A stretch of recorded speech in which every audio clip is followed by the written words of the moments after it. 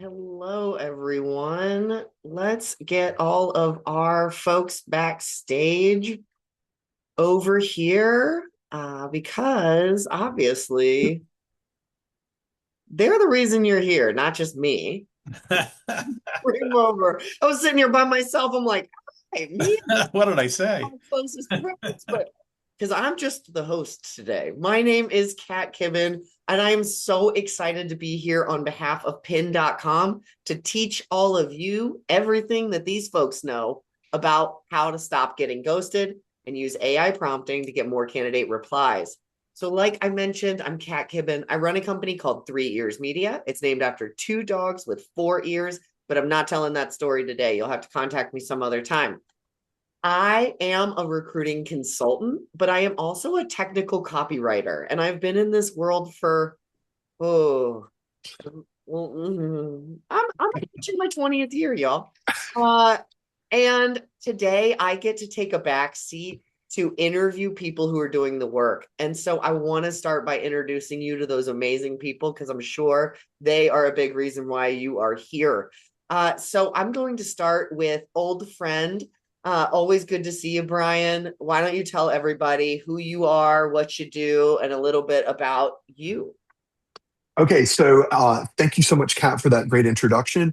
My name is Brian Fink. I'm the managing partner at the Rework Group. We work with organizations to help them recruit better all of the time. We try to come through in all ways, and take organizations and candidates from better to best. Now, what does that mean? That means that if you're looking for an embedded solution, call me. I'm your guy. All right. If you're looking for a dog, and I said to Kat on the beginning of this call, I'm your guy. I we are fostering puppies, and we've got a great one in the man, the myth, the legend, Dietz. He's ready to be adopted. We've had him since he was about 4 weeks old, and I'm excited to be here today and bring my 20 years of experience to the forefront about what keeps candidates engaged. Thanks, Kat. I'll pouring it over to the man, the myth, the legend, Mr. Rosen. Hey guys, great. Thanks for having me here. I'm Rich Rosen. I'm the founder of Cornerstone Search. 31 years now, I think, of recruiting software sales reps and execs for startup software companies. I think I just got my notice. I've made the Forbes list for the last 7 years now for the top 50, I believe.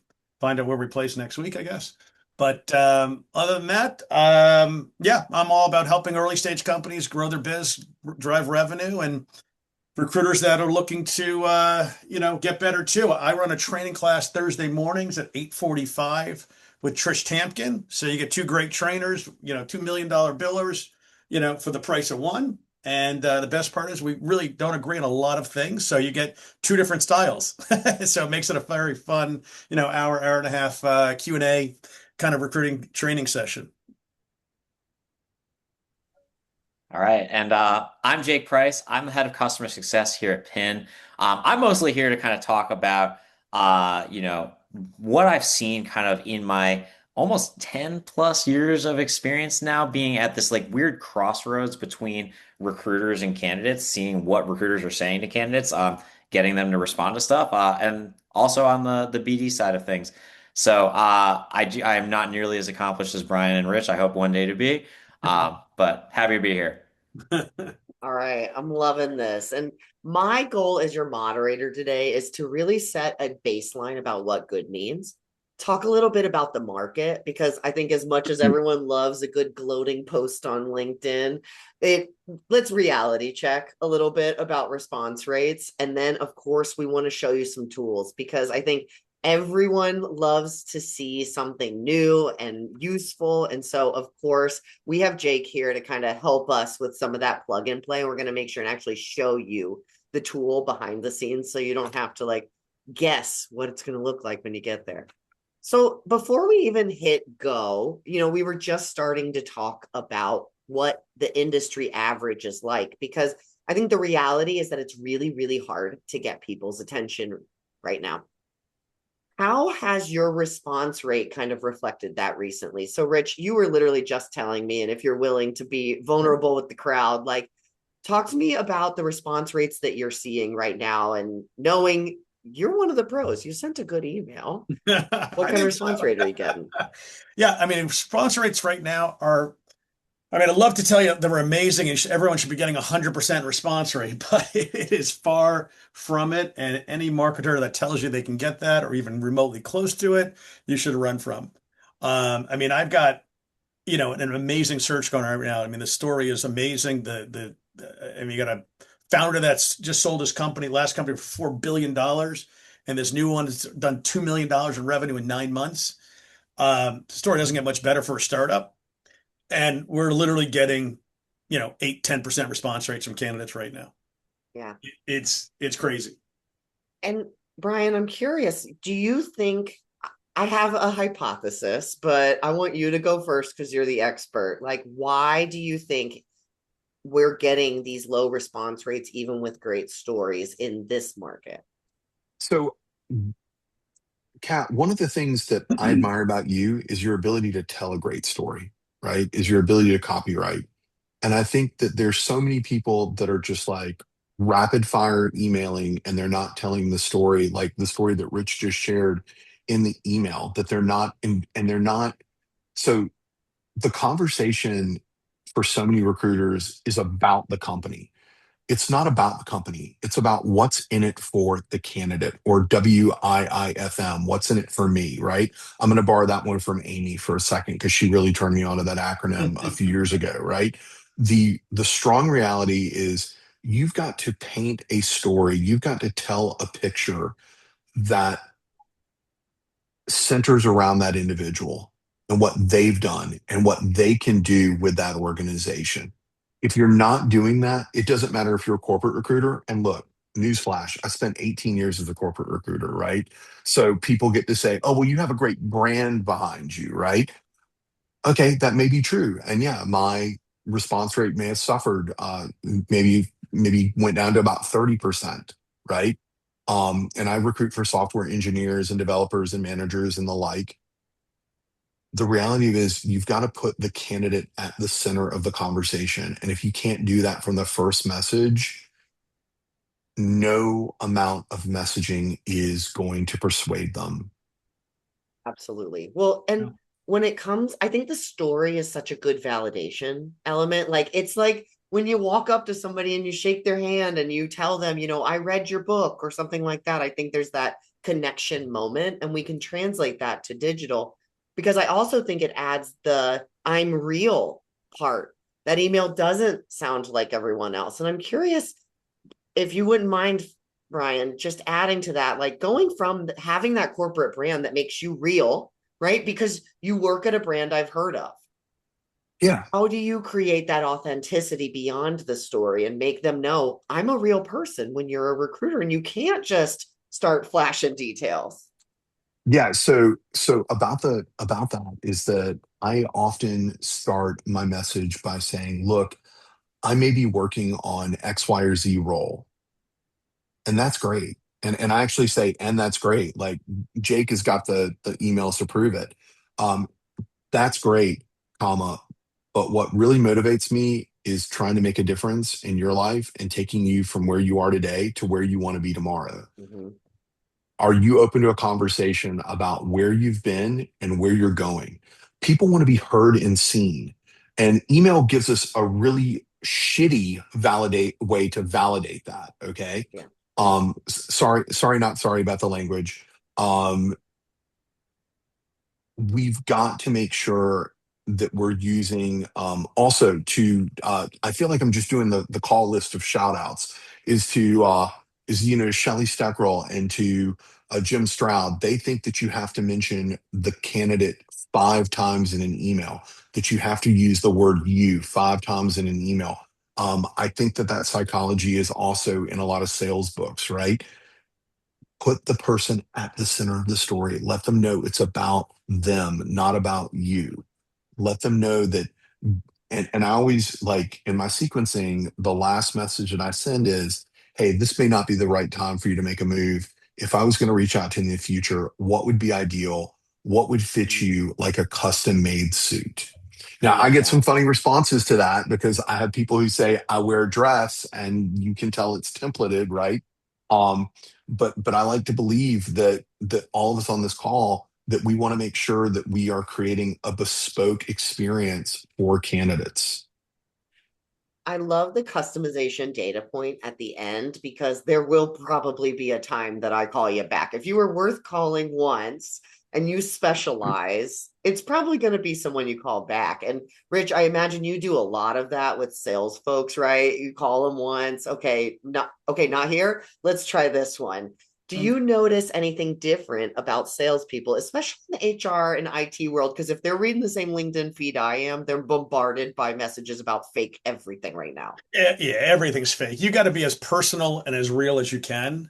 And I mean, you've got to show that you know their world, and you got to speak like them and talk like them and understand, like, when your messaging has got to be why you're going to move from X to Y is because this is solving this problem. Like, are you tired of selling, this garbage that's just adding to the noise, or do you want to go X, sell someplace we can fix the noise? Yeah. Or you know what they hate. Like, I had a client, I had a company that I absolutely despised. It's probably the best email I ever wrote, actually. The VP of sales was just a complete asshole. I had fired him twice as a client at his previous company. And this guy's are now he's at this really hot company at the time. And I sent an email to 26 guys, all 26 reps for this company in New York City. And the whole email was, the subject line was, "You're tired of working for an asshole." And the body was just, "Call me." I had 24 responses, and then the manager invited me to go for drinks, I on the love it. email.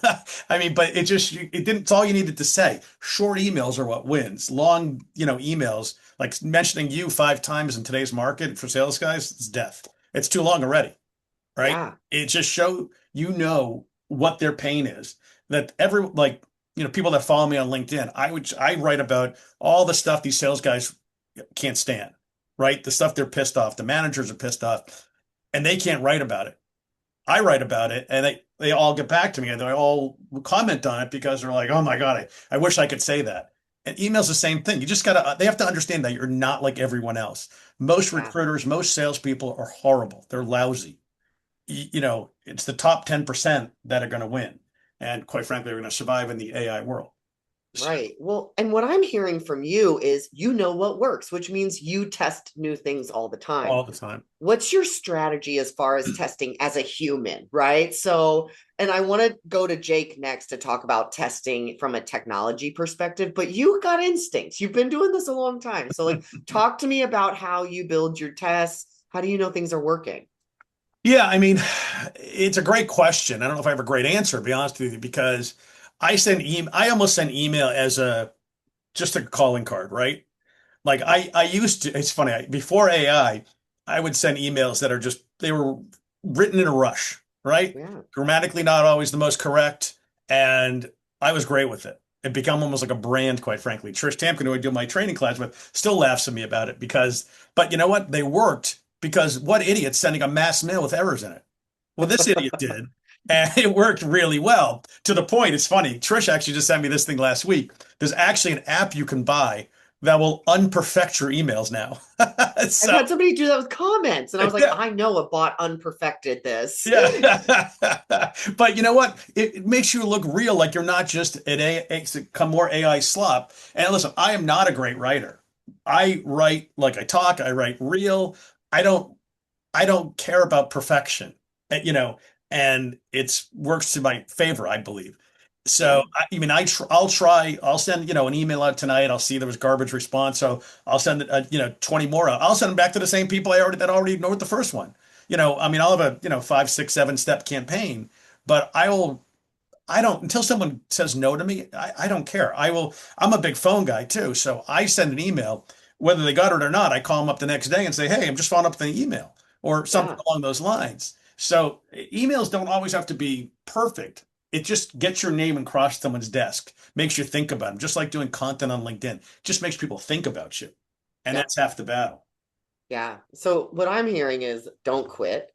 And actually, I think you just gave people really great copywriting advice as a technical copywriter myself, which is I voice to text everything first Mhm. because people would literally say to me, and Brian, I want you to add yours too, and then we're going to cut over to Jake for kind of the tech side of this. But truly, like, I tell everyone if there's most recruiters have a block between their brain and their hands, and all they need to do is voice to text first. So if you're listening to this and you're like, I'm not a great writer, bullshit. You couldn't be successful in recruiting if you can't say it. And if you can say it, you can write it. And speaking of writing, don't forget to write your questions into the Q&A feature here. I am not the only person with questions. I know you joined with a couple of questions for these folks, so I'm happy to be a facilitator. Brian, talk to me about your testing strategy, human side. Human side, I A/B test all the time, like subject lines. I A/B test emojis. Yes, Rich, I send emails with emojis, right? Like, One of those guys, uh, yeah. I am one of those guys. Is like, if it works for the Gap and it gets me to buy something from the Gap or Banana Republic or Cricket. Shout out to all three of those brands who are not sponsoring our webinar today. But like, but like, I sign up to a lot of newsletters and I sign up to a lot of sales emails just to see what people are saying, and I test what they're saying and the emojis that I'm using. Like the on fire emoji, yes, that works. Jake, you've got the data. You can show that that's my like that has nothing to do with software engineering. If you're a software engineer, the last thing you want to do is put out a fire. But for some unknown reason, the fire emoji at the beginning, your name, comma the job title, and the fire emoji, it's on fire. It's in fuego, baby. What works, works. We talked about this beforehand. It's like, it doesn't matter if I like it or not. It works if it works. And I think just having, I love that you said, I go and sign up for emails anyway, because if it worked on you, it'll probably work on Yeah, somebody I else. mean, Okay, so wait a minute. I keep a folder of just good cold emails I get. Like, Same. I mean, So you can yeah. always take from it. So wait a minute, real quick. Kat did not shout this out, but if you're not subscribed to Kat's newsletter, you need to get on that shit because that is one of the best newsletters in this industry, and it will always teach you something. Kat, sponsored by Kat Kibben. There we go. Okay. I Love got the Gap it. cricket shirts, Banana Republic, and Kat Kibben. I brought the party. But I, like you said, I've been doing this for 18 years and I test the hell out of everything too. And clarity always wins. And that's been kind of the lesson that I've learned. But the beautiful side here is that technology actually can be really helpful with actually tracking, because a lot of us test, not all of us look at the data, not all of us remember that we already tested that thing, right? Or that we don't test and measure all the way through the flow. We just test maybe that first vanity metric of, well, we're just looking at opens right now. And so, Jake, I'm going to turn it over to you because I think what I saw, even we were going back and forth beforehand. You were showing me some of the workflows on your own jobs. And so, and watching that workflow, even, I'm like, well, clearly you figured something out and you're using technology to get halfway there. Yeah, absolutely. And I think like one thing I just want to take a quick step back. For those who don't know what Pin is, we're an AI sourcing platform. We help you find candidates that are good for your jobs. You just give us a job description. But the part that I'm going to focus on here is we help you reach out to candidates in ways that, frankly, don't suck. We give you access to email and in-mail and connection request automation, and we'll write your emails for you. And you know what? Going back to like what Rich and Brian were saying, Brian, yes, like the fire emoji, that works in the subject line. And you know why? That's a new thing that works because it helps you stand out. Candidates are getting inundated. Really good candidates are getting inundated with emails from recruiters. If you have a fire emoji, that's bright, it's orange and yellow, and it doesn't look like plain text, right? It'll get people to open your emails. Rich, I think you touched on something where you just understand your market so well, and so you write stuff that appeals to your market. All of this comes down to you need to understand your market in order to write good emails, and nothing that you do, nothing that anybody says on here is going to be a silver bullet for your market. You have to take the general ideas and then make it your own. Now, what Pin does, what I'm going to focus on here for from the tech side of things, is Pin helps you kind of speed run that. So I'm just going to start sharing my screen here, and I'm going to show you the inside of a campaign that I wrote inside of Pin. Now, I opened up this CSM job, and I can show you a different job if you'd like that I have. But right now on my team, the last two jobs that I opened up were a CSM role and a support engineer role. So this is the copy that basically Pin just wrote for me. So all I did was upload a job description into Pin. It found me some candidates, and it wrote me this basically three-step email sequence. So this first email right here, then this next email, and then this next email.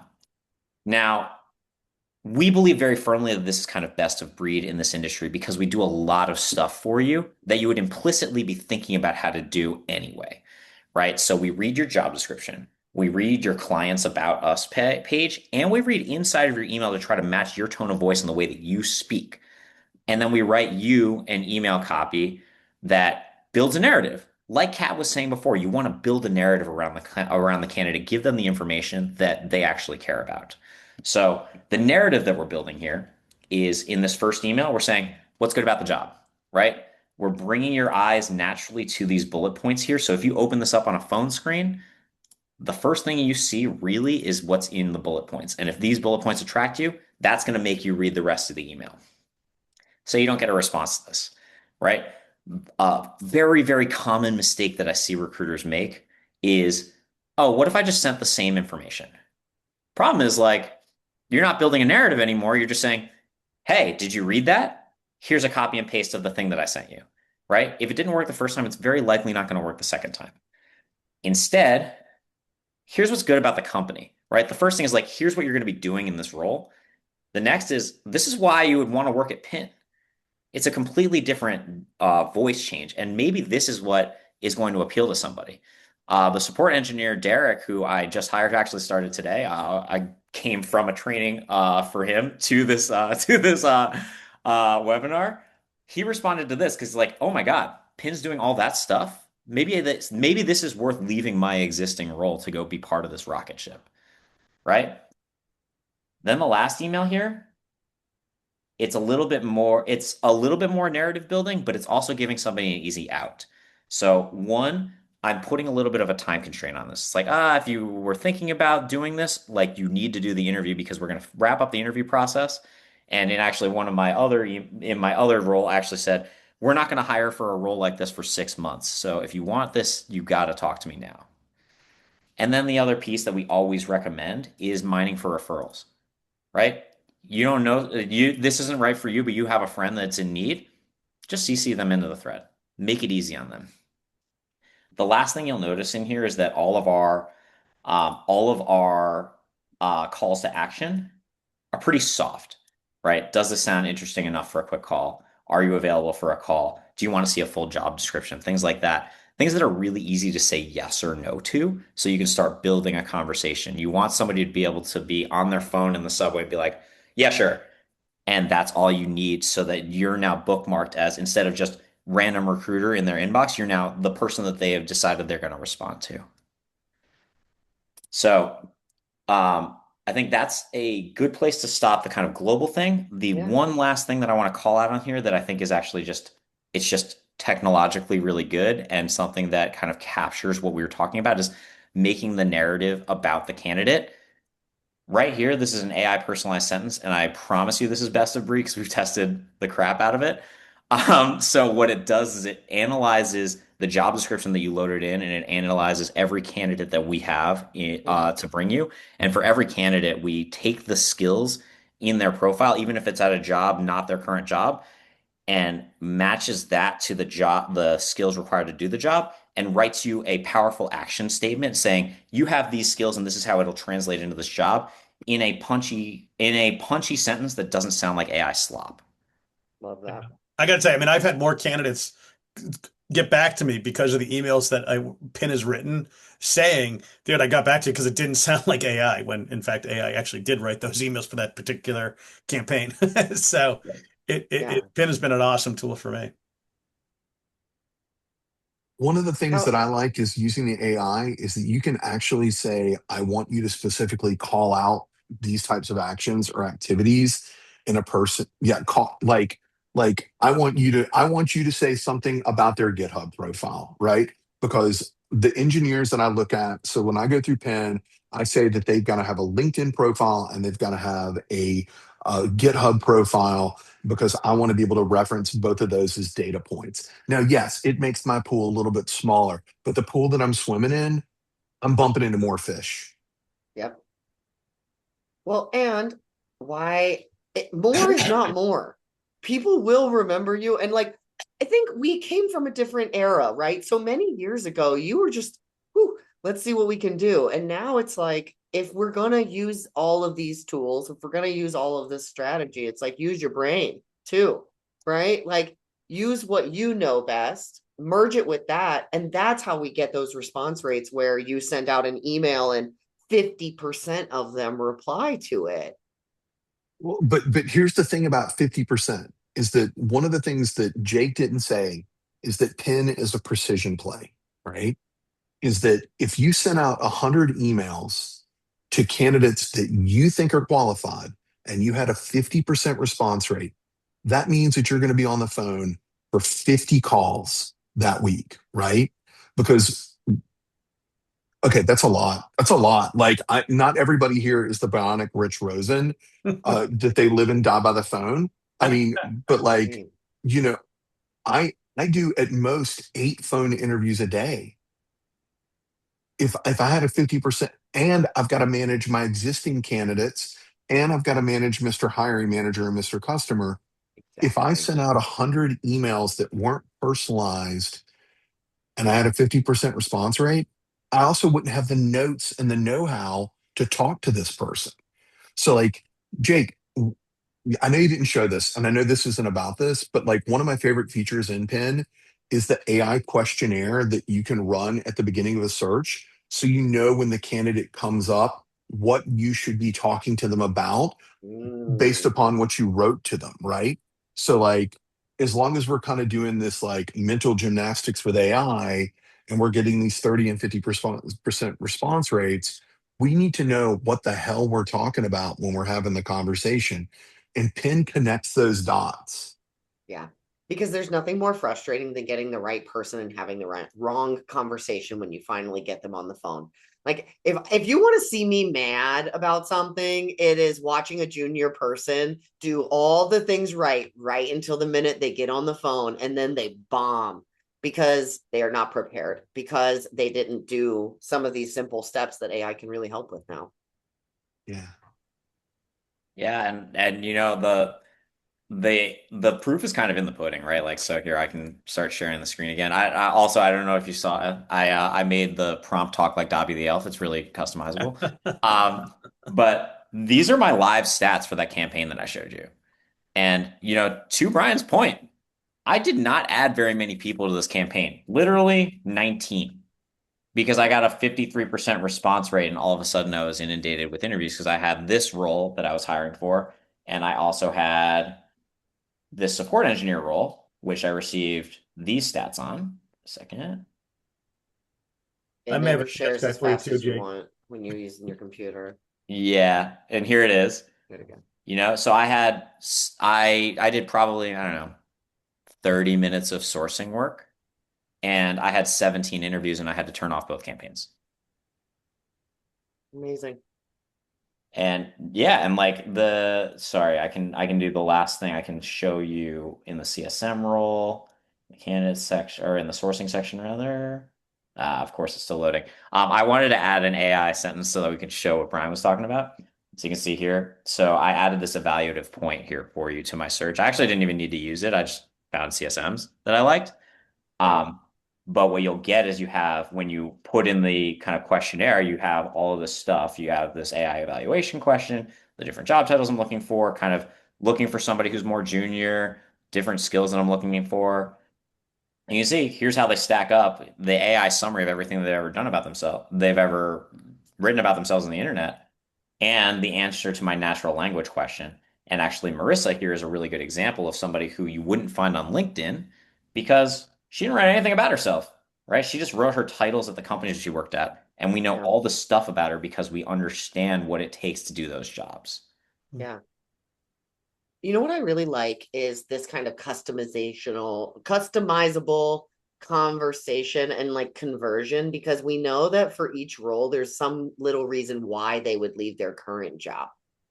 Rich, I'm curious from your perspective, what information candidates need most right now to even be convinced it's worth having a conversation about change? Because let's face it, right? We're getting some paralysis. We're getting the market's very unsteady right now. I don't know if I want to take a risk What kind of messaging is working to get people to be even willing to have a conversation? Yeah, I mean, my guys are all startups, so I mean, it's just mass chaos at all times for these guys. So to say the least. Status quo. Yeah, yeah, God, it's nuts. So candidates right now, I find, they want to understand, one, they want to know that I'm real and they can Mhm. trust me. They want to know that the company has got something of value. It's not just another, AI wrapper. It's not just ChatGPT wrapped up as something else or Claude, Claude's going to replace it next week with their next release. So it's important that they're actually selling something that's got a bite to it. Or in some cases, I've got some others, AI companies do for kind of emergency response stuff. So, some of it's mission driven. So kind of touches those people who want to do more than just make money, but actually make money for a good cause, shall we say? Yeah. So, but it all goes back to the same thing, knowing your customer and knowing your buyer. Yep. And I mean, that's your messages don't have to be long. They don't have to be deep, per se, but they've got to be poignant, Hmm. and you've got to be able to hit it. You got like 2 to 4 lines to get it out there. Yeah. And I think, using AI, as we all should be, quite frankly, is can really hone it in, quickly, opposed to just rewriting it 1,000 times on your own. Yep. Brian, I'm curious on the engineering side. I feel like they are 100% less risk adverse than a bunch of salespeople at startups. Yeah. How do we get them interested when they're probably in a really cushy spot right now and they're reading the same headlines we are about software getting developed, replaced, and all of this? So two things. One, the fire emoji. Number two, no, no, no. Get In a all get a ser- dog. You don't get to get adopt a get a dog. dog, right? Dog pictures. Check. so no, in all seriousness, I think that what you've got to ask somebody is, are they underemployed? And there's a lot of Mm, underemployment that's going on right now in the technology space, is that you have people who are being passed over for manager and they've been a principal engineer, they've led interns and what have you. That's a data point that, like, I can read in the industry. Or take this a little bit further, is that if I'm running a campaign where I'm reaching out to female engineers, there is a drop off in the amount of female engineers that make it into their 40s because they decide that they don't want to do it anymore, or they want to be a manager, they want to spend more time with their family. Well, if I know this and this has been documented by Gartner, what and Forbes and all these other outlets, why am I not saying, hey, come to work at a company that flexes on having 100% remote work and has a policy where they focus on the family? Would that be interesting to you? And not single them out for identifying as female, right? It's having that conversation about the statistics that are important to them yeah. without saying, hey, I know this is important to you, right? Nobody wants to be told, hey, Laura, you're underemployed, right? You could be doing better. You could be making more money. Nobody wants to be kicked in the face like that, right?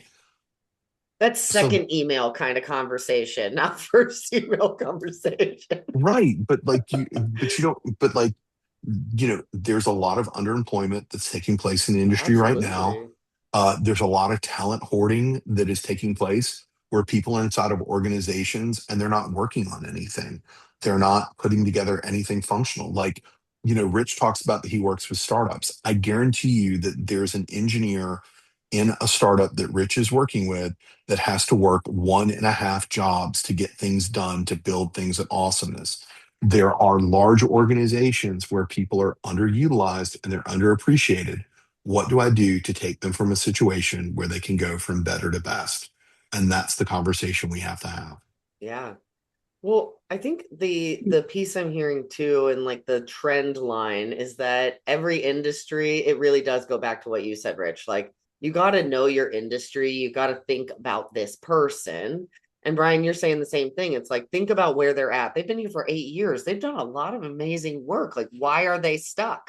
Right. And adding that inference. But it sounds like Jake, I was looking at the question from Melissa about the practice area. So Melissa, it sounds like works in law firms and wondering how Pin can help kind of tailor to that. And so it's like, I think this is where AI meets everything that you know, right? Yeah, I So mean, oh yeah, go ahead, Brian. Jay, go for it. I'm going to shut Talk up. to me about the AI side because I like Yeah. tell me what we can get to help us. So yeah, the AI models are always evolving. And so if somebody truly, if there's nothing on the internet that somebody has written about themselves, then it's going to be hard for us to figure it out. But we take all the data that we can possibly ingest and make logical inferences about a person. So if somebody, like I took it on the customer success manager person that I've showed before. She just wrote that she was a customer success manager at two different companies. And we were basically able to figure out a lot of the stuff that she does because we look at old job descriptions. We look at her peers who are more verbose on their profiles about what they do. If we're looking at a law firm, for example, we'll look at what verticals that they capture, and there, if we don't have any other information about it, we can say they are likely to work in one of these three spaces. So there is still a little bit of digging that you have to do if the information doesn't exist on the internet, but we're going to get you as close as possible. And the other thing that we do that is helpful, I think, for especially if you're doing a kind of targeted search like that, is we're not going to filter out candidates that are potentially viable, but we can't 100% confirm, but rather we're going to stack rank the candidates in order of how good a fit we think they are. So the 10 bullseyes that they just wrote that they do the thing you're looking for, they're just going to be pushed to the top. Then below them, you're going to see some people that are like, well, we can't confirm that they have this skill, but they have this skill, this skill, and this skill. That's probably still worth a conversation. And it literally costs you clicking your mouse once to figure it out. I love that.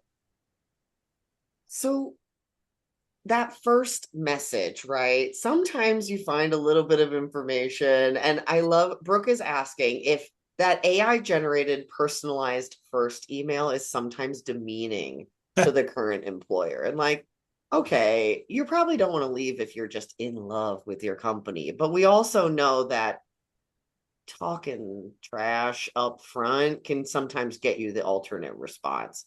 What works better than talking crap on the company, and how can Brooke edit her emails or maybe prompt for something better? I got to tell you, I a lot of times I'll just write like, "Hey, I've been hearing a lot of talk out of company X," or "Hey, I just saw like 6 guys left your company. What's going on?" Yep. True or not, makes no difference, right? And they could have just left the building for all I know. But And if they're responding, there's something. bingo, it's all about getting a response and starting a conversation. It's you got to be have fun and make it creative, right? Yep. you know everyone takes writing these emails so serious, like it's going to be so perfect.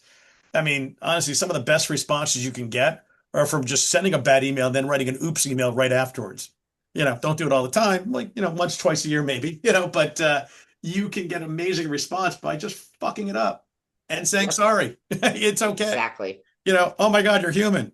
And the people that get pissed at you, who cares? You put them on a second You list. don't want to work with them anyhow. Well, you don't want to work with them, but those are the Fuck people them. you go and test. Those are the people you go and test your other stuff out on. When you test your cold calls out on, the people that are obnoxious, those are your practice dummies for the future. So who cares? And I know that Rich is going to use this on me sometime. He's going to have some like sick customer success role. He's going to send me an I email. have one right like, now, Jay. Come and on. I'd be like, hey, I work at Penny. He's like, oh, yeah, yeah. Sorry, that was a mistake. Yeah, yeah. But like, are you interested? Oops. Then you get a phone call. I Exactly. misdialed. I slipped and fell on a phone. Oops, it happens. But Brian, so when Jake showed that, he showed this 3 email sequence. Everyone talks about the first email. Tell me about your template for the second email. What do you do in your follow-up template if you didn't get a response on that first one every time? Every time I usually do their name is mentioned the first time, but then I make sure that the second paragraph or like second line begins with their name to kind of wake them up again. And then the third one is like Jake said, the soft close, as when it says time for a call this week, comma, Kristen, question mark, right? So like I use just the naming nomenclature to make them know that, hey, I'm talking to them. about them, not at them about my client, right? I try to make it very, one of the things that I go at is that, you know, the second email is very much centered around if this is not the right role for you, that's great. Let's just have a conversation about what right looks like so I can get you from where you are today to where you want to be tomorrow. Yeah. I'm hearing the like customer service kind of approach, and I'm guessing that's something you learned a long time ago about if we're not friends now, we'll be friends later. Well, so Kat, one of the things that I think is important is that everybody needs to work a customer service job. They need to work a job in hospitality. I say this repeatedly, is that that's where I learned how to talk to people, not just as a rush chairman, right? But like by slinging drinks at a bar. Yeah, give me a shot. What do you want, right? Or do you just want me to pour a bar mat into a shot glass and hope? Yeah, sorry about that. I may have done that. We know me. I've got that little asshole tendency. Yeah, just like, dude, you've got to be. It's not servant leadership. That's been bastardized. It's really just trying to make sure that you've got a happy customer that's going to come back to you. I mean, like Rich knows this. Rich, in 30 years, how many candidates have you placed multiple times in different orgs? Oh, dozens. Yeah. Hundreds, Yeah. right? Yeah. I, Yeah, I just placed one guy for the sixth time last month. So, you know, Love it. That's how yeah. it should be. yeah. Yeah. Absolutely. I'm curious if the time sensitive piece works. We were talking about the soft closes and those transitions, and I find, like removing the link aspect, only giving a calendar link when somebody asks me for it, I usually get a better response rate on that. And I do find that sending a time sensitive, if I don't hear from you by Friday, you won't hear from me again. I know that sounds like I'm shutting something. I don't necessarily use that line. So how I would typically use is like, if I don't hear from you by Friday, I won't contact you again for a month. And I just set a boundary that I respect. Rich, talk to me about how you use time to drive action, or if you think it's not a good tactic in this market. No, I mean, I'll definitely put a close, hey, kind of close your file kind of email out, like fifth, sixth time maybe. I mean, I tend to just, you know, it's funny. I've been trying all sorts of things because again, this year has been not a very typical year, I find. Right. So I've been trying everything from 12-step emails linked with LinkedIn texting calls mixed into three-step ones and or sometimes like a fourth one, a third or fourth that just closes it off. Say, hey, listen, clearly it's not the right time. If you or someone, we can help in your circle type of thing. And I do find that when you give hey, last time we're going to reach out, people tend to get back to you, even if it's just a no. And sometimes I put in the emails and say, hey, listen, let me know, even if it's a no, let me know. Especially for me, I'm placing sales guys. They're in the same world, right? There's Yes. nothing worse than a sales guy being an asshole because he's doing the exact same thing. He knows all the tricks. Like Right. I don't need to play all the same games as maybe Brian does with engineers because sales guys get it. They know what you're doing. They know, I mean, they know if sometimes they don't respond purposely, I think, because they want to see your next email, So it's, Yeah. you just don't know. And that's why, again, I mean, email, it's not dead, and it's super important to do. But you just got to be able to mix it all in, all the different omni channels, from LinkedIn Yes. to phone to text. And if you're not, like, nothing drives me more crazy when I talk to a recruiter who's like, well, I'm just waiting for the guy to get back to me. Well, pick up the goddamn phone. you know, Thank you. just It, assume he was busy, assume he forgot, assume it went to spam. I always assume, I'm a total pessimist. I assume the worst. Like no one got my email, no one liked my email, no one saw my email, so I better call him. Yeah, well, I may not have the right number, so let me text too, just to make sure. Well, yeah, whether they're getting the same guy's getting the wrong information twice or not. I don't know. Maybe the guy likes to text, right? That's his that's it. preferred way of communicating. Who knows? Well, so a couple months ago, we were getting, this is going to sound very random, estheticians to do live conversations with us because right now it's really hard to get these estheticians into franchise work. Hmm. And one of the things this franchise offers their buyers, franchisees inside of it, is recruiting help, Hmm. but they can't get anybody to respond. And what I realized is that second and third touch up is about telling them I'm real. because they got the email and they're like, I think this is real. Then they get a text and they're like, then they get a message on Instagram and they're like, okay, like I get it. Yeah. You are real. And then they respond, oh, hey, I saw your message. I just wanted to make sure you were real. That's the people, because there's so many different scams going on now. We've all gotten caught up in these, like, recruiting people using your company and sending fake jobs to people and everything else. Oh, yeah. Whatever you can do to prove you're real is, and as Jake said earlier, none of this is silver bullet. You could send the same email to 10 people, and you may only get one response per email. You may get 10, who knows? Exactly. You never know what's going to work, and you never know what method to reach them is going to work. And All you can ultimately, do is try to set it up so they know you're real. They know you're trying to help. You're not just this, fire breathing commission dragon type of thing, right? I mean, it's all you want to do is educate. Exactly. Go ahead, Jake.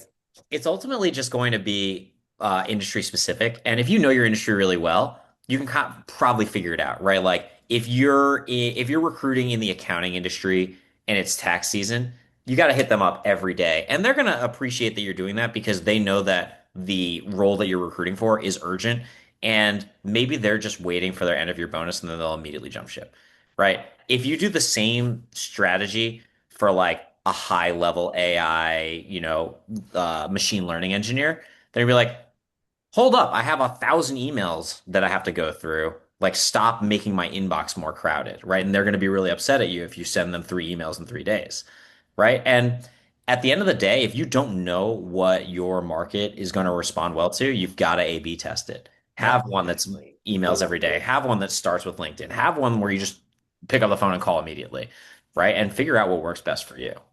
Well, let me ask Yes. another question too. What about where to send it to? Are you a fan of sending it to work or personal? Again, I think it's very industry specific. I don't know if I would send a bunch of recruiting emails. I know we had somebody who was asking about the legal space. I wouldn't do them to the AM 100 work emails, but if you're recruiting in the startup space, that's fine.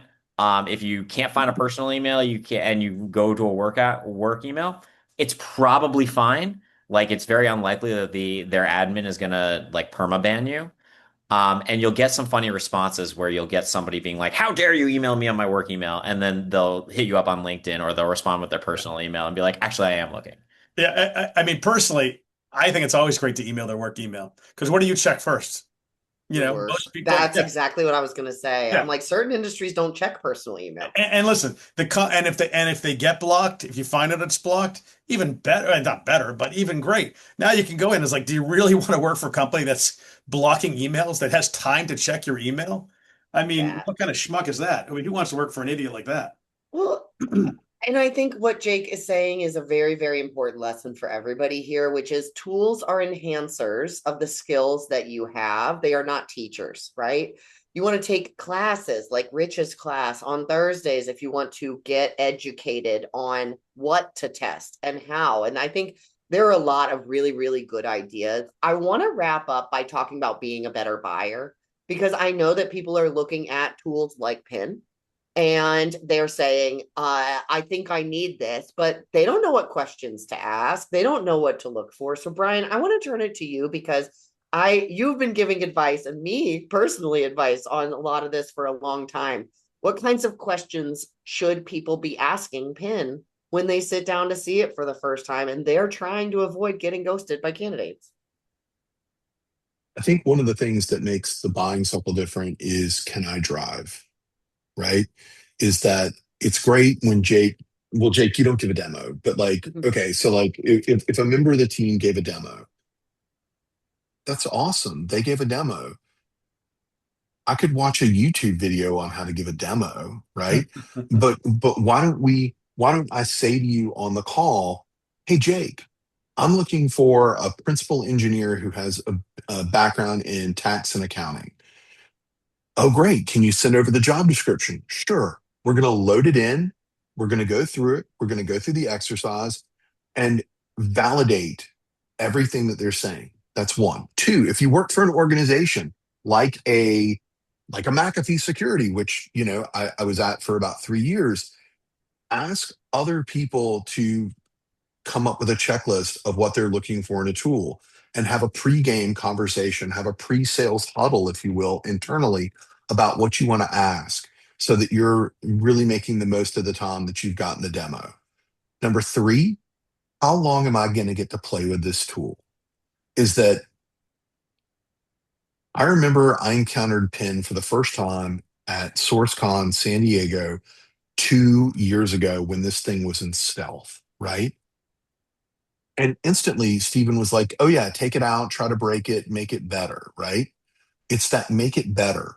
Are they going to be receptive? I mean, look, when you're scaling a SaaS product, you can't take the conversation from every single candidate, I mean, for every single prospect and turn it into a bespoke feature. But if you're listening and you're hearing certain things come up again and again on the chat boards, then you know that this is a feature that needs to be added. Yeah. And so in my brain, the question there is, when was the last time someone suggested a feature to you and you built it into your roadmap? I think that's a really good demo question. I think that's a good question. The other one that I think is never asked, but I wish people asked more is how often does your CS department talk to your engineering department? Hmm. I've worked at Oh, too many companies where the customer success organization puts all of their feedback into like this feedback channel or feedback like area that just ends the up being a Slack dumpster. of Yeah, hell. and then the engineering team builds whatever they want. Yeah, the upvoting garbage. Yeah, they don't know Yeah, what to do. and it just doesn't ever work. What we have internally here is we have a weekly meeting between the engineering team and the customer success team, and they say, "What are you hearing from customers?" And we just tell them, and then we build it. And Rich, Brian, you've been with us for a long time. I feel like you've both contributed directly to the direction of the platform, and like I don't think I could picture working at a company again that doesn't have that kind of relationship. No, that's a So dynamite point. yeah, Jake, to that point though, there's a question that I ask when I'm doing ATS selection is that I ask the question, hey, who on your team has actually recruited before and would they recommend this product, right? You And know, not the engineering manager recruiting two software engineers while you worked at the Uber of blah Yeah. blah blah. Hmm. yeah, like when you look at some of the when you look at some of the ATSs, they're like, oh, we just want to fix recruiting. Steven, who is your founder, Steven doesn't just want to fix recruiting. Steven's been in recruiting. Steven does hackathons at events, SourceCon, ERE hackathons. Like he's been in it. He's recruited. Jake, you're recruiting your own people. Do you actually drink your own champagne or do you run from it like it's dog food? Exactly, exactly. It And is amazing though in your ATS because I'm in the middle of it now. I was How just many of about to these say that. ATS companies do not use their own product? It cracks me up. PCR was always like that. They didn't use their own thing to follow their trail. No, It I agree with you. crazy, crazy. Next best question would be, does your recruiting team actually use this? Put that Yeah. on the list too. I Well, love that. it is crazy. I mean, for especially like a tool like Pen, I mean, it'd be nuts not to. But yeah, it is. I've talked to a lot of the competitors, and some of them they don't want to be. This is whatever it's worth, but they don't want to be questioned, um, and they get offended by it. And once they do that, you just know that thing's not. It's just pile of garbage. I love that. I love that note to stop on. Life lesson there for anyone is if you are in a demo and they get pissed at you for telling you that something is, for you telling them something is wrong with their product, abandon demo. Yeah, yeah, quickly. Jump ship. All right. So before we wrap up, I just want to remind everyone that Brian has a puppy. It is up for adoption and available for you in the Georgia, Atlanta. Brian, I'm sure Yes, Brian the will Atlanta area. transport Yeah, puppy I if will. necessary. I just want to go and say thank you, Brian, Rich, Jake. This was a really good conversation and a reminder that like our expertise plus great technology is what's going to keep us sane and getting the kinds of response rates that we want from candidates. I want to thank everyone for being here today. Thank you so much for participating. Like I said at the beginning, my name is Katrina Kibben. I would love to see you over on our blog at 3earsmedia. And that is our show for the day. Thank you so much, everyone, for being here. I appreciate it. Thanks, guys. Thanks, Thank everyone. you.